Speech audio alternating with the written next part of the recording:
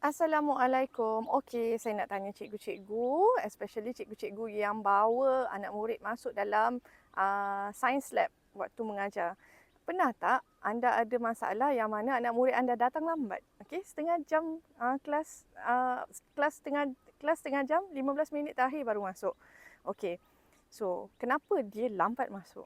Kerana anda telah menjadikan the experiment based classroom bertukar kepada board and chalk classroom. Apa maksud saya? Maksudnya anda telah menyalahgunakan environment setting pembelajaran dengan metodologi pengajaran yang salah. Okey. So, apa metodologi yang sepatutnya anda pakai di dalam science lab?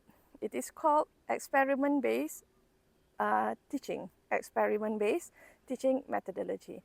So the next time you are not sure of what to do in class, please follow me for more teaching methodologies. Assalamualaikum.